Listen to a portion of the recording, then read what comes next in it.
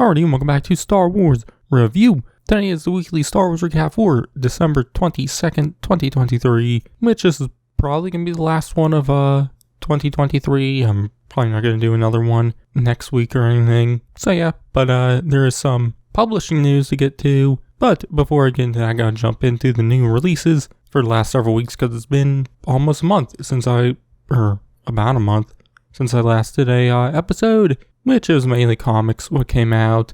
There was the High Republic Adventures Phase 3 Issue 1, the High Republic Chronicles from the Occlusion Zone Friend or Foe, the High Republic Shadows of Starlight Issue 3, and Issue 2 of the High Republic Marvel series, and then Dark Droids D-Squad Issue 4, Star Wars Issue 41, Bounty Hunters Issue 41, Darth Vader Issue 41, Dr. Aphra Issue 39, Revelations 2023 One-Shot, Obi-Wan Kenobi Comic Adaptation Issue 3, and Hyperspace Stories Issue 12. I haven't read any of them, but coming out this week is Dark Droids Issue 5 on the 27th, and then The Mandalorian Season 2 Comic Adaptation Issue 7. So yeah, but let's jump into the news, which first there was a new novel revealed titled Mace Windu, The Glass Abyss, which will follow Windu shortly after The Phantom Menace as he mourns the loss of Qui-Gon Jinn. But the novel will come out on August 6, 2024,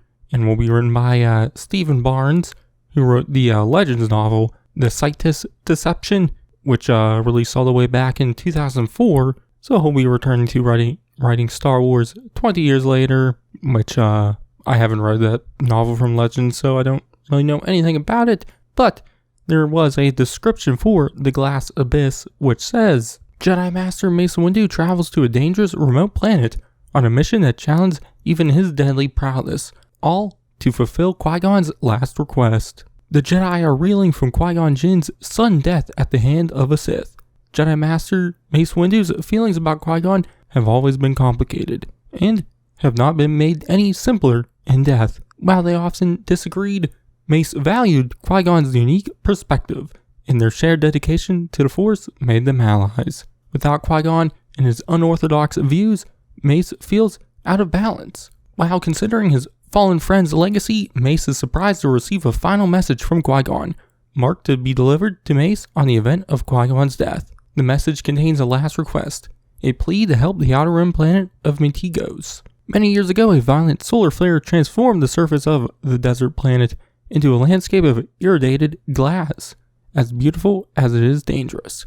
Now most of the surviving inhabitants live underground, where rival clans fight to control the planet's limited resources. As a young Jedi, Qui-Gon protected the Syod farming clan from the planet's less scrumptious factions. The Syod practiced the art of dream weaving, retaining their waking minds upon sleep in order to communicate and coexist with the wild creatures around them. Qui-Gon vowed to return if they ever required his aid, but now it falls to Mace to fulfill that promise. The Syod's leader, Kin-Shan Nightbird, has begged for the Jedi's help in freeing Metigos from the crime lords who threaten to eradicate her people's way of life. Intent on fulfilling Qui-Gon's final wishes, Mace travels to Metigos and infiltrates the enemies of the Syod. But as the Jedi Master investigates the intricate web of adversaries and allies, Mace finds himself pushed to the boundaries of the Jedi Code, challenging his beliefs and his relationships to the Force itself. So yeah, I'm definitely interested in the novel. Next year, we'll also have the novel, The Living Force, which will take place shortly before The Phantom Menace, following Qui-Gon and the Jedi Council.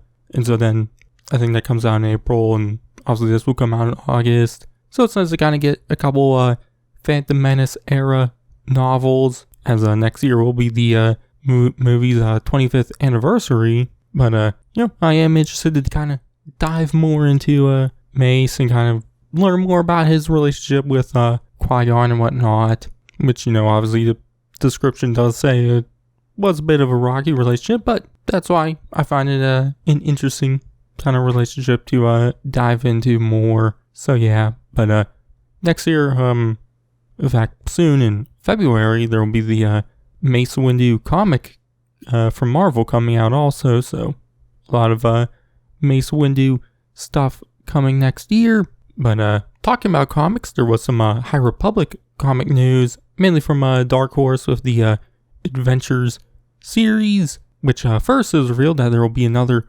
4-issue miniseries coming out next year titled Saber for Hire, which the first issue will come out April 10th, 2024, and will be written by Cam Scott with art by Rachel Stott, and will follow Ty Yorick, who first appeared in the Phase 1 novel, The Rising Storm, written by Cam Scott, and then later the Monster of Temple Peak Adventures miniseries, which was written by Cam Scott with art by Rachel Stott, so that team will be returning to work on this new miniseries. But there was a short description which said, Saber for Hire finds Ty facing new challenges behind the Nile Storm Wall. Though she's busy in earning credits, life is getting complicated. Ty has taken on an apprentice and a storm is brewing that will see her clashing with old enemies as well as friends. So, I'm excited to get more of Ty Yorick, as I liked her character in The Rising Storm and also the Monster of Temple Peak miniseries. But I'll see one thing from that miniseries. I wasn't super duper crazy about the story, but this one seems to be a little more focused on the conflict with the Nile and whatnot, so I'm definitely more interested in that, as the Phase 1 series didn't really focus on much of any of that. But obviously the description mentions her having an apprentice, which the article on StarWars.com, which revealed the series, had some quotes from Cam Scott, basically revealing that her apprentice is the Segredo Druin we saw in the Monster of Temple Peak miniseries. So yeah, but excited for this one. Also revealed was another High Republic Adventures one-shot, which this was already a little bit older, but I didn't talk about it at all. But it will be titled Crash Landing, and will come out March 20th, 2024, and by Daniel Jose Older with art by Rochelle Argano, and will follow the characters introduced in Older's young adult novel from Phase 1, Midnight Horizon, on Corellia, which there was a description which said, Crash Agma and her ragtag crew have been fighting against anyone who had a hand in the Nile infiltration that plunged her home planet of Corellia into chaos. Even though an uneasy peace has been reached, if they don't continue to fight, everything they sacrificed for could slip away. Now Crash has a lead on the person behind the entire Nile plot. If her crew can accomplish this mission, could true peace be on the horizon?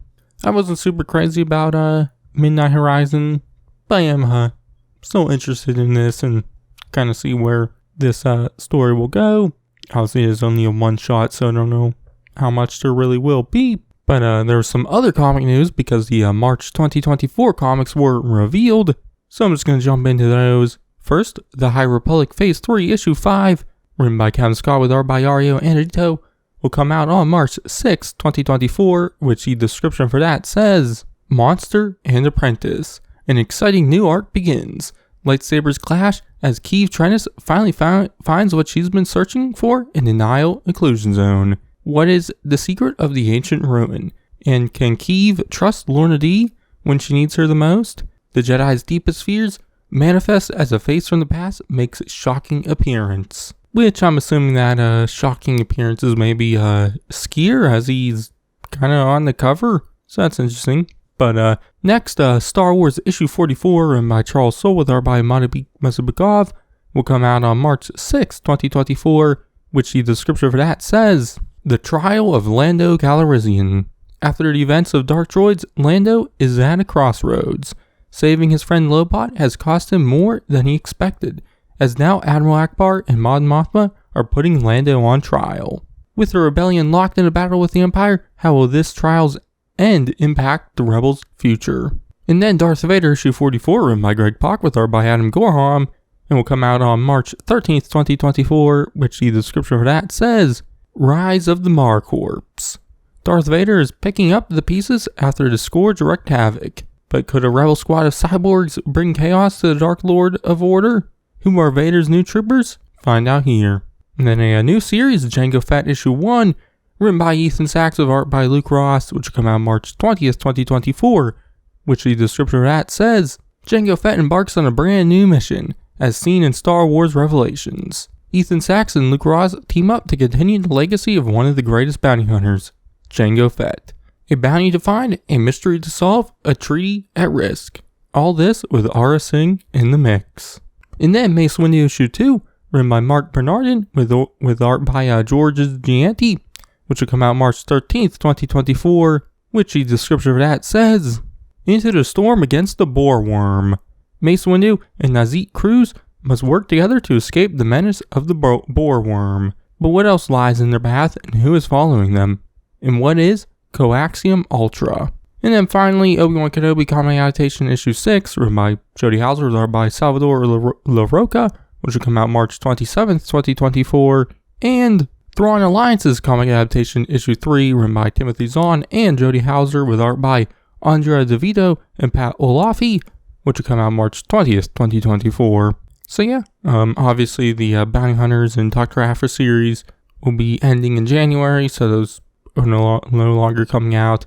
I do wonder if there'll be another ongoing series starting up soon. Obviously, Mace Windu is a miniseries. I'm pretty sure Jango Fett is a miniseries also, so I guess more miniseries could just be the case, which I'm fine with that. But yeah, you know, obviously I'm pretty far behind on those ongoing series, so I don't really know what's going on in the, you know, Star Wars, Darth Vader, and then Bounty Hunters and Dr. Aphra.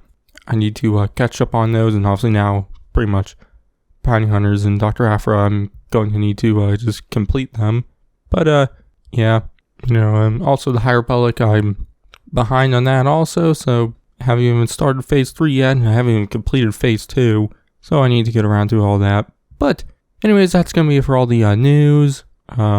Like I said, this is probably going to be the last weekly Star Wars recap for 2023, and I'll probably return.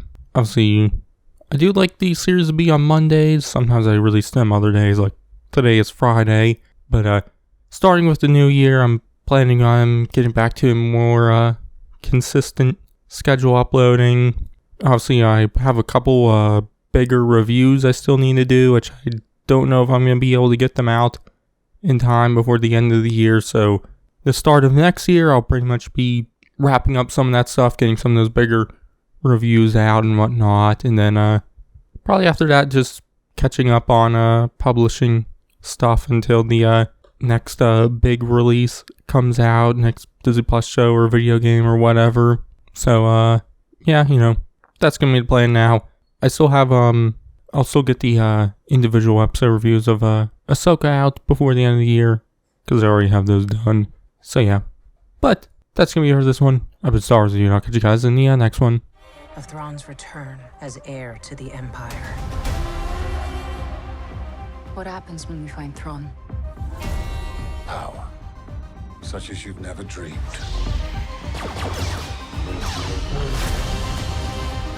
I've spent most of my life fighting a war.